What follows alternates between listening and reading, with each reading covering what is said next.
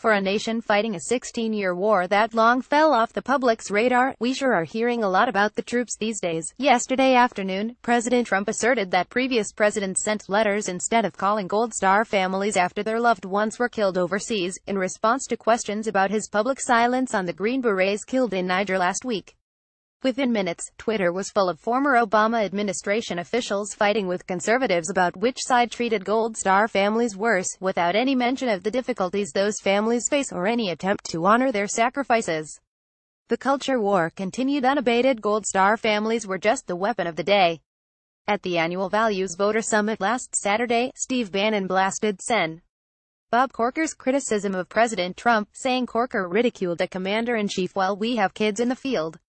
One can certainly take issue with Corker on many levels, and Iran-deal opponents do have plenty to say, but framing the issue as a defense of the kids overseas is odd, to say the least, and reeks of demagoguery. Bannon's cynicism is only the latest in a disturbing trend in our political discourse. Politicos of all stripes are conflating support for the troops and honorable military service with their own political needs and positions. This tactic occurs in two forms. The first is the approach Bannon embraced last Saturday, framing an opposing political view or political criticism as somehow unfair to the men and women in harm's way. Of course, some public statements or positions truly are unfair to troops at war on the country's behalf. Sen. Harry Reid's 2007 pronouncement that the Iraq War is lost, at the height of the surge no less, comes to mind. But this is rarely the situation in which the issue is raised. The most egregious recent exploitation of military values was the Obama administration's coopting of the military's vow to never leave a man behind as a justification for trading 5 senior Taliban terrorists for admitted deserter Bowe Bergdahl. When Republicans and media outlets questioned the circumstances of Bergdahl's capture, President Obama accused them of whipping up a controversy before pivoting to remarks about letters he received from parents whose children were killed overseas. The unmistakable implication questioning the wisdom of the exchange was to question the military's sacred principles.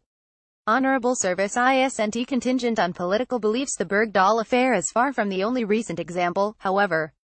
Sen. Chuck Schumer DNY recently protested the Trump administration's enforcement of immigration law by highlighting the deportation of a service member's relative. Schumer used the incident to accuse President Trump of targeting military families. The vast majority of immigration detentions have nothing to do with military families, of course, but New York's senior senator knew the public would be more sympathetic to a narrative involving military families. Furthermore, the indignant Huffing and Wellenevers would be more believable if they did not often come from individuals who do not know the first thing about what the men and women overseas do daily. If Bannon or Schumer know the name or even the unit of the specialist killed in Iraq by a very likely Iranian improvised explosive device 2 weeks ago, I would be shocked. The second form of this tactic is arguably worse than the first, the assumption that honorable military service is tied to political behavior you like. Examples of this behavior are becoming more common. Rep. Luis Gutierrez D. People's Republic of Chicago called Trump's chief of staff, former 4-star Marine General John Kelly, a disgrace to the uniform after Trump ended Obama's Deferred Action for Child Arrivals DACA. Kelly served 37 years in the Marines and lost his son, also a Marine officer, in Afghanistan. Few men in this country are more honorable than John Kelly. But to Gutierrez, honorable service requires a commitment to social justice progressivism. So, therefore, Kelly's association with an administration that killed DACA meant he had disgraced what Gutierrez, who never served, decided the military must stand for. That, or Gutierrez is simply a miserable hack, which is distinctly possible. This maneuver is not confined to the far left. Online radio host and Twitter personality Bill Mitchell took a rhetorical cheap shot from the back of the crowd at Sen. John McCain Saturday morning, tweeting, "The more I see of John McCain, the more I believe he was the songbird in Vietnam and sold out his friends. He does that now every day." McCain spent 4 years as a prisoner of war in Vietnam, refusing an early release out of solidarity with his fellow prisoners. Like Gutierrez, Mitchell equated the values the military upholds, honor, integrity, courage, with adherence to conservative political views. And he is no less intellectually dishonest nor less of a hack than Gutierrez. Support for the military is often virtue signaling. Both of these tactics, the defense of the troops strawman and the false equivalence between military values and one's own political ideology, are corrosive to public discourse about support for the men and women we send into harm's way on our behalf. Millions of well-intentioned people truly go above and beyond to support those who serve. I can think of dozens I know personally.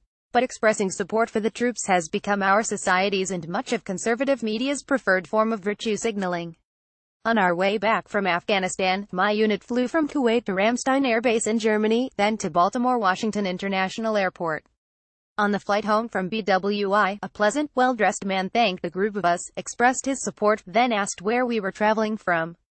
Upon hearing it was Afghanistan, he responded, "We still have people in Afghanistan. I thought that was already over." We thanked him and changed the topic because no one wanted to point out the obvious. How can you support something you don't even know is happening? Harmless virtue signaling from folks like that guy at BWI is not the end of the world. When that virtue signaling becomes weaponized for political purposes, however, the consequences can be profoundly damaging. At a moment when our military is in a deep readiness crisis and global instability is on the rise, we must be able to discuss true support for the troops with clear minds and level heads. We can have the culture wars all we want, but let's leave the military and the men and women overseas out of them. If they're busy fighting a real war, their only purpose is to win that war and any others we send them to. Nothing more, nothing less.